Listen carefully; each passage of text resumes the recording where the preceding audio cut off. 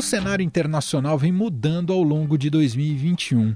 Os americanos saíram de um período com Donald Trump e entraram na era Joe Biden, que tem sido criticado por manter as políticas migratórias do seu antecessor.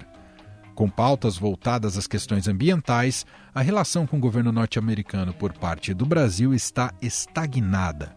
Ao mesmo tempo, a América do Sul está dando uma guinada mais à esquerda, o que torna o governo de direita de Jair Bolsonaro uma espécie de pária também no continente. Na Europa, algumas mudanças importantes também estão ocorrendo.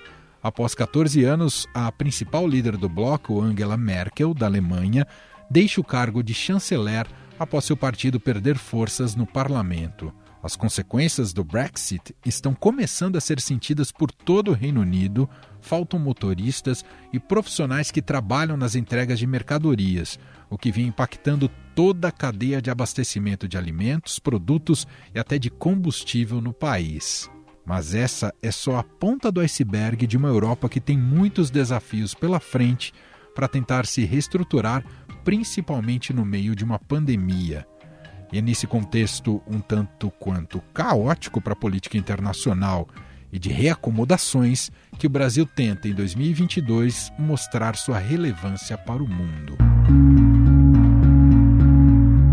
Podcast especial para olharmos um pouco mais sobre o ano de 2021 que se passou ao longo desse ano e também comentarmos um pouco sobre perspectivas. Nessa edição aqui vamos falar sobre o cenário global.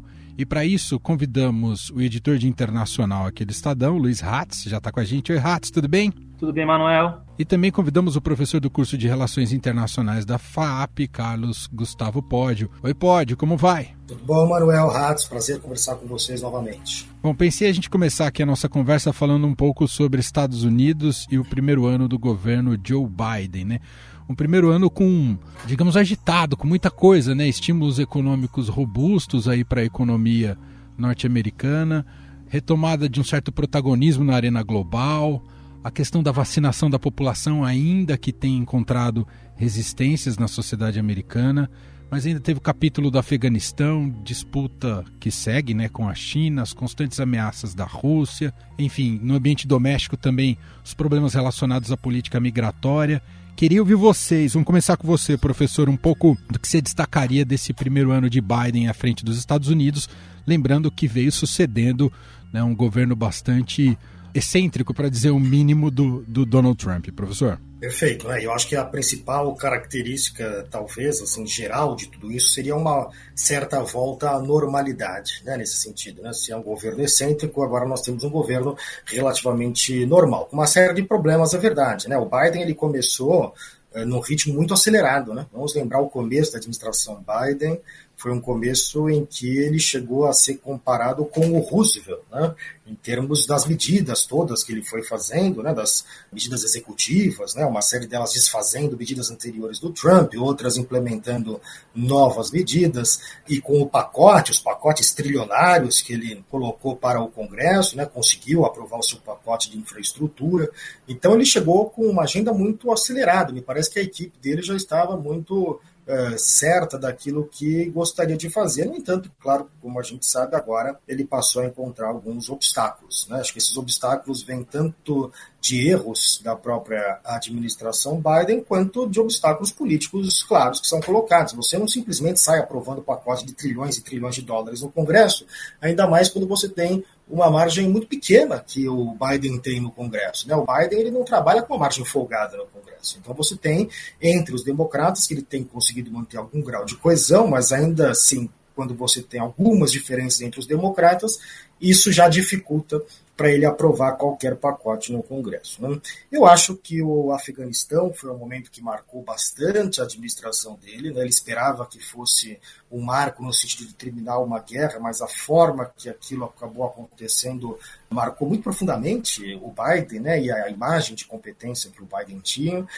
Eu não tenho estudos claros assim que façam uma correlação, e muitas vezes é difícil fazer correlação entre uma ação de política externa e a popularidade do presidente, né? Exceto em alguns casos específicos, normalmente a política externa não conta muito, mas em certa medida a gente pode colocar a queda da popularidade do Biden, ela começa a se acelerar após após o Afeganistão. Não estou dizendo que há uma relação de causalidade, de causa e efeito, mas há uma correlação aqui que merece a gente explorar. E isso, claro, o outro problema grave que o Biden tem enfrentado é talvez a recuperação um pouco abaixo do esperado da questão do emprego e a inflação dos Estados Unidos, que é a mais alta dos últimos 40 anos. Né? Então, o Biden ele corre o risco de querer começar como Roosevelt e terminar como Jimmy Carter. Também acabou enfrentando a inflação e uma série de problemas no campo doméstico e internacional. Eu acho que o que vai definir mais claramente se ele vai acabar como Roosevelt ou como Carter vai ser agora a partir do segundo ano de governo. Ô Hatz, queria te ouvir um pouco sobre esse ambiente político que o Biden encontrou nos Estados Unidos, na sociedade, no própria atuação governamental, vindo de um governo como o do Trump, o quanto radicalizou o Trump. Ele conseguiu, digamos, restaurar a sociedade americana em torno de algum objetivo ou segue sendo uma sociedade muito fraturada? Não, é uma sociedade muito fraturada, né? Eu concordo com o Poggio nos apontamentos que ele fez aí. Eu acho que o Biden, ele tinha um plano muito desenhadinho ali do que ele queria fazer, ele acabou meio que surpreendido pelas circunstâncias, né? A pandemia ele esperava domar com a vacinação ampla, veio a variante Delta, agora está em outra variante aí. Teve essa inflação que está, como o Poggio falou, pode prejudicar bastante aí ainda mais, né, a popularidade dele está um pouquinho baixa. Mas nessa questão da divisão ali entre republicanos e democratas, assim, o Biden ele não conseguiu unir o país, né, porque é uma polarização que já vem de anos, ali, desde antes do Trump e tal. Os republicanos, eles estão se articulando aí para a eleição do meio de mandato do ano que vem. Como o professor falou, a margem democrata de vantagem não é grande. Eles têm, basicamente, quem desempata a votação no Senado é a vice-presidente, que é a Kamala Harris, né? Está 50-50. E a Câmara, a margem diminuiu em relação à outra legislatura.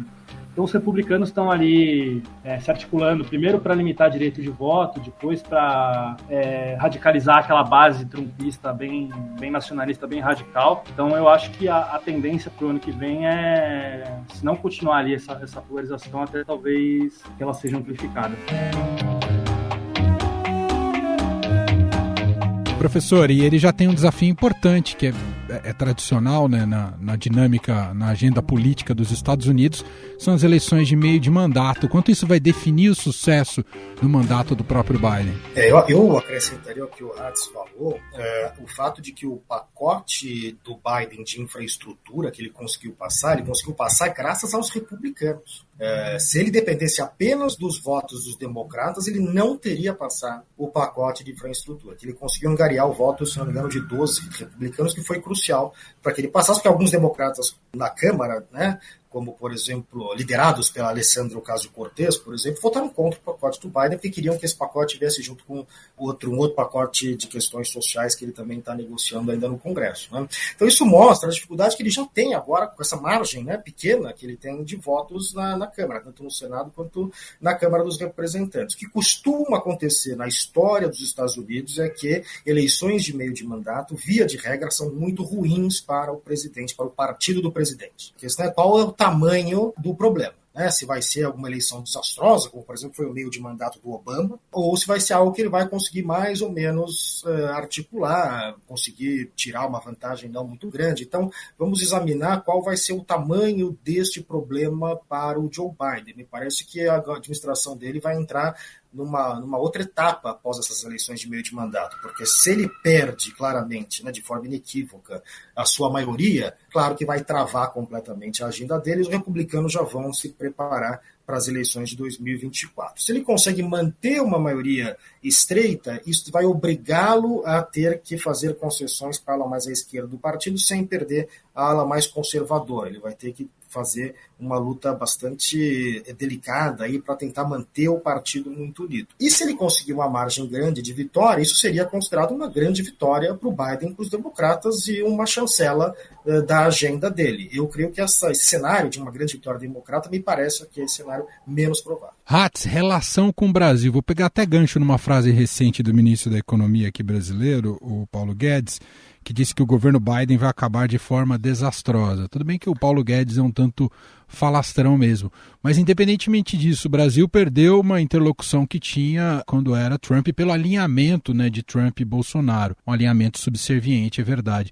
Mas o Brasil se distanciou dos Estados Unidos já nesse primeiro ano de Biden, passou a ser cobrado pela agenda ambiental de maneira mais contundente, Rath? Eu acho que a principal objetivo da relação americana com o Brasil hoje é a questão ambiental, mas a relação, assim, não é boa, mas é pragmática. Assim, o Biden vê com alguma reserva ali o governo Bolsonaro, mas sabe que precisa do Brasil, principalmente na questão de proteção ambiental. Tiveram algumas tentativas de aproximação, principalmente pela mão do John Kerry, que é um diplomata muito hábil, né? Mas, assim, não tem um grande avanço ou um grande revés, por assim dizer. Como a gente vai ter eleição aqui no Brasil ano que vem, e a perspectiva, pelo menos por enquanto, que a maioria das pesquisas estão indicando aí para o Bolsonaro não é das melhores, eu imagino que o governo americano esteja meio em compasso de espera para saber com que eles vão lidar, né? Se é um retorno da esquerda ao poder, se é a chamada terceira via que vai conseguir se viabilizar e tirar votos aí do presidente Bolsonaro.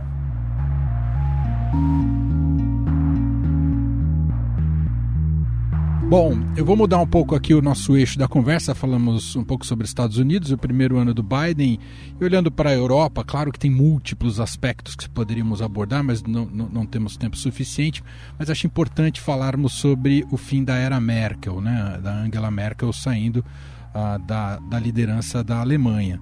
Uma líder que tornou a Alemanha mais poderosa economicamente, além de ter se mostrado uma negociadora muito hábil e de perfil conciliador nesse ambiente das relações internacionais. Professor, já dá para tirar uma primeira conclusão de como está sendo essa transição com a saída da Merkel? Ainda é muito cedo, e o que vem pela frente, professor? Olha, nós estamos passando na Europa aí, de fato, por um momento de mudanças diversas, né? A gente tem, esse é um ano, por exemplo, que tivemos além da saída da Angela Merkel, a consolidação do Brexit, né? Quer dizer, o primeiro ano, finalmente, da Inglaterra fora da União Europeia, e teremos, né? Acho que talvez a gente até fale um pouco sobre isso, eleições francesas no ano que vem, que também me parece que vão ser bastante determinantes, né? E a França está já num processo de se virar muito domesticamente para tratar destas eleições. O que a gente viu na Alemanha foi um exemplo de civilidade, né? Eu acho que a Alemanha nos deu um exemplo no momento de alta polarização política,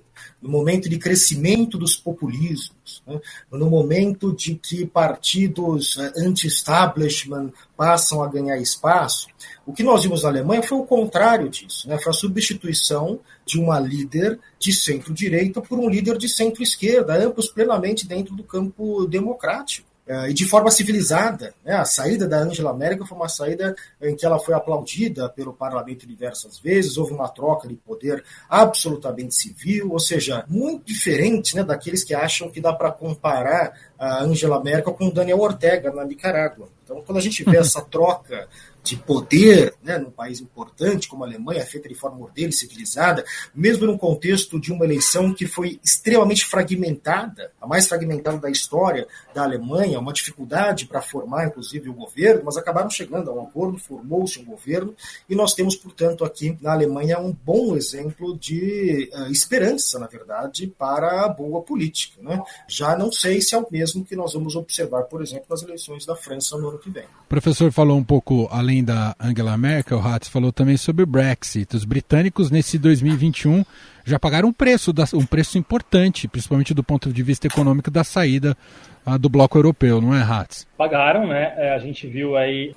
no Reino Unido uma questão de logística, de problemas de logística grave ali no país, porque eles imaginavam que saindo da União Europeia, enfim, ia sobrar trabalho para todo mundo, porque os imigrantes iam embora ou iam ficar sem emprego, e o que aconteceu, na verdade, é que as funções que eram exercidas pelo pessoal ali do leste europeu, enfim, da Europa continental que trabalhava no Reino Unido, acabaram sem ter gente para preencher, principalmente, por exemplo, os caminhoneiros, né? Quem faz ali esse trabalho fundamental de entregar, enfim, bens de consumo, teve uma escassez de mão de obra que os britânicos não estavam esperando, e aí teve problema de escassez em prateleira de supermercado, enfim, de farmácia, e eles sentiram meio na pele que o Brexit não era tão simples quanto foi vendido na eleição de 2016, né? Agora a situação deu uma amenizada, né? mas de fato a vida real se mostrou menos clara do que parecia quando foi votado, né, a saída da União Europeia. Professor, já que estamos em terreno europeu, eu preciso te ouvir sobre a Rússia e o Vladimir Putin. O quanto ele está disposto, o quanto é bravata e quanto ele está disposto a, de fato, uma incursão militar, visto que sua popularidade vem caindo na Rússia, hein, professor? É muito difícil a gente mensurar as intenções do Putin, né? Aqui não sou só eu, todas as agências de inteligência e tal têm dificuldade de entender exatamente quais são as intenções da Rússia. O que me parece, se a gente olhar uma perspectiva mais ampla, né, isso vai ao encontro, né, isso se encaixa perfeitamente da visão mais ampla que o Putin tem das relações internacionais, né? Por um lado, ele vê, do ponto de vista macro, o fim da Guerra Fria como uma tragédia geopolítica e, portanto, um dos objetivos da política externa do Putin é desfazer o legado do final da Guerra Fria. Isto inclui, notadamente, parar a expansão da OTAN, né, a aliança militar entre Estados Unidos e Europa, que se expandiu para o leste europeu e incorporou muitos países que eram da órbita de influência soviética durante a Guerra Fria, né? E o Putin, por outro lado, do ponto de vista micro, ele não olha para a Ucrânia como um país independente, né? Ele vê a Ucrânia como extensão do território russo, né? Como uma linha de defesa importante, tem um porto importante lá na Crimeia, né? Que já está sendo ocupado agora pelos russos. Então, portanto, é perfeitamente possível pensar que o Putin vai utilizar as ferramentas que ele costuma utilizar. Não é que, veja, não vamos esperar que simplesmente uma declaração de guerra do Putin com tanques russos entrando na Ucrânia. Não, ele vai fazer o que ele sempre faz, que é começar a gerar algum tipo de atrito, algum tipo de problema doméstico, informação de contra-inteligência, de repente pessoas que estão vestidas de preto, você não sabe muito bem de onde vieram, começam a entrar pela fronteira, e o Putin vai dizer que não sabe de nada, não entende o que está acontecendo. Esse é o padrão, né, do Putin, eu diria até o padrão, se a gente for olhar a história russa de forma mais ampla, foi assim, por exemplo, que eles se expandiram para o Oriente, né, um pouco nessa história de dizer para os países ocidentais, não, dessa vez a gente só está entrando, só vamos invadir isso aqui, vamos parar por aqui, não para nunca, né. Olhando do ponto de vista amplo, é perfeitamente possível esperar uma ação do Putin na Ucrânia, né? A questão é se os países do Ocidente, notadamente os Estados Unidos, vão ser capazes de comunicar de forma efetiva para o Putin que qualquer ação vai ter uma reação. E aí o Putin vai caber a ele fazer análise de custo-benefício, né? Quais são os custos que ele vai ter se ele invade a Ucrânia perto daqueles benefícios que ele enxerga. O professor falou na dificuldade em decodificar as intenções do Putin, Hatz. Em que medida isso também se aplica à situação da China nesse atual momento? E o quanto ela caminha a passos largos para, de fato, superar os Estados Unidos do ponto de vista de liderança econômica e até de protagonismo global, Hatz? Eu acho que os chineses são muito mais pragmáticos do que os russos, né? Assim, a China ela tem um plano e ela vai executar esse plano de maneira muito clara, em benefício próprio. Assim, os chineses economicamente já são uma potência, devem passar os Estados Unidos aí nos próximos 10, 15 anos. Tecnologicamente, o avanço deles é notável e, claro, que isso militarmente acompanha também, né? Agora, o Biden, já no começo do mandato, ele já tinha definido essa relação com a China como uma prioridade da política externa americana, né? A contenção da China. Ele esperava da Rússia uma relação um pouco mais civilizada, né? E aí o Putin agora com essa história da Ucrânia está fazendo barulho. Mas eu acho que a questão chinesa é muito mais clara, assim. Eles querem se colocar como superpotência ali no Pacífico. Tem dados alertas quando os Estados Unidos fazem aí seus movimentos, por exemplo, aquela história da Austrália do submarino nuclear, mais apoio a Taiwan. Os chineses estão respondendo de uma maneira um pouco mais dura do que costumavam responder, né, agora sob o comando do Xi Jinping. Então eu acho que tem essa diferença aí. Os chineses são muito mais explícitos no que eles têm como planos para eles.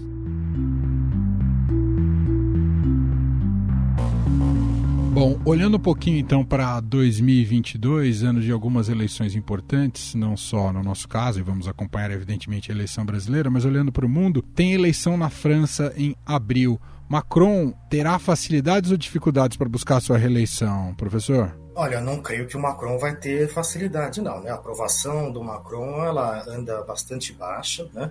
Neste momento, ele está em primeiro lugar nas pesquisas, mas porque a partir das eleições regionais, né, deste ano na França, a Le Pen começou a cair, né? Temos alguns sinais aí de queda da Le Pen. A Le Pen estava na frente, um pouco à frente do Macron nas pesquisas, e agora começou a cair. Agora nós temos, mais recentemente, a ascensão de uma nova figura, né? Que é a Valérie Pécresse, que tem subido muito nas pesquisas. Ela é uma conservadora mais tradicional do que a Le Pen, né?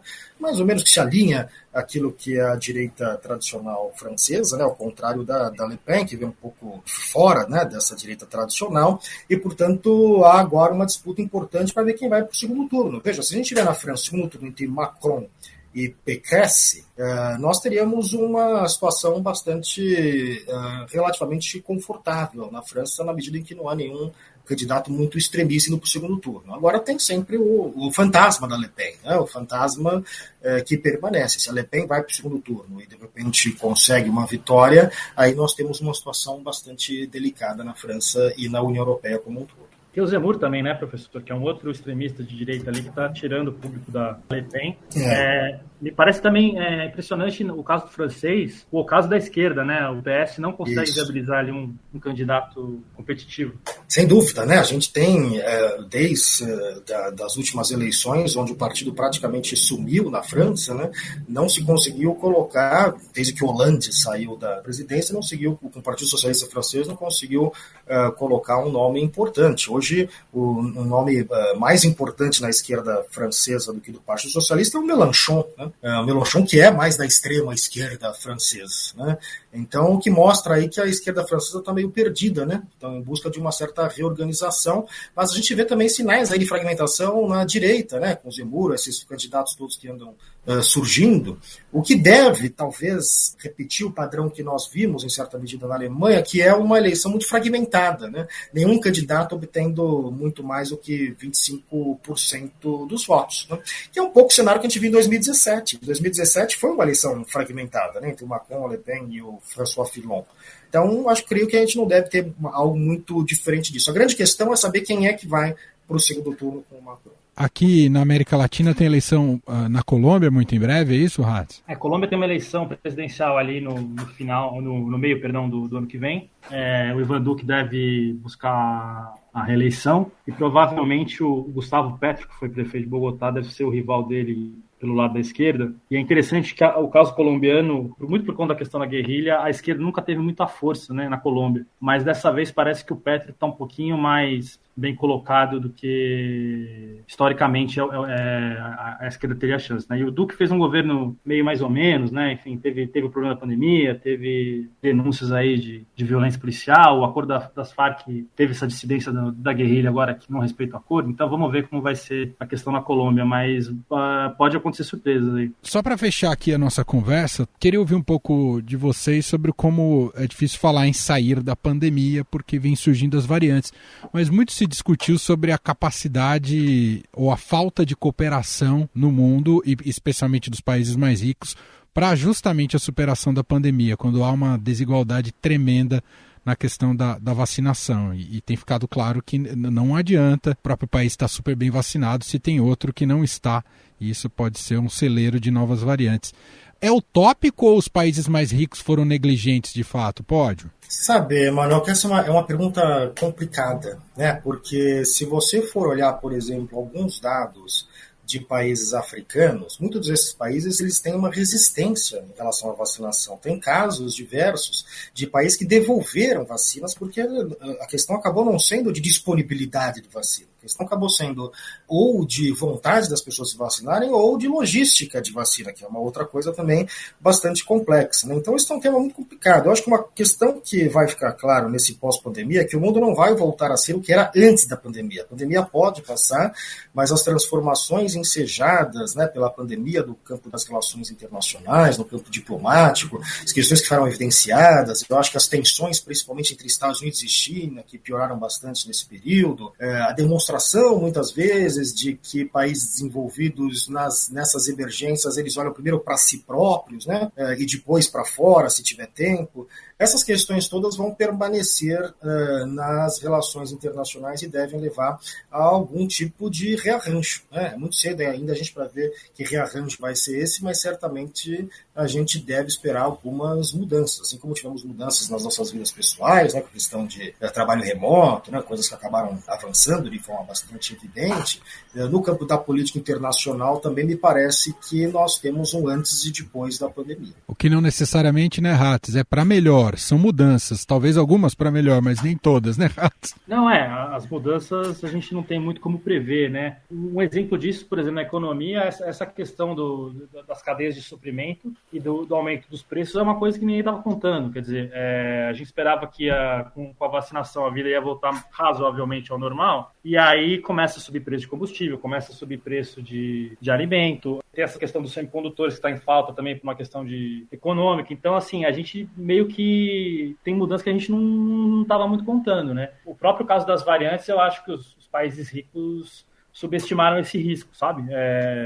Veio a Gama, veio a Delta, pô, beleza, agora vacinou todo mundo, e aí aparece essa Ômicron com 200 mutações na coroa do coronavírus, quer dizer, é meio complicado, né? Sem dúvida. Muito bem, quero agradecer aqui para esse bate-papo muito bom, agradecer ao professor para a gente dar um olhar, né, sobre o mundo em 2021 que vem pela frente, 22, agradecer ao professor do curso de Relações Internacionais da FAP, o Carlos Gustavo Pódio.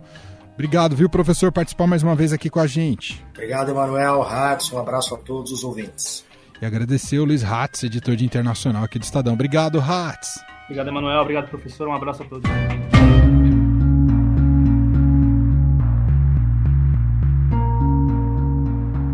Este foi o Estadão Notícias de hoje. Contou com a apresentação minha, Emanuel Bonfim. Na edição, produção e roteiro, Gustavo Lopes, Jefferson Perleberg e Ana Paula Niederauer. A montagem é de Moacir Biasi. Escreva para a gente no e-mail podcast@estadão.com. Um abraço para você e até mais.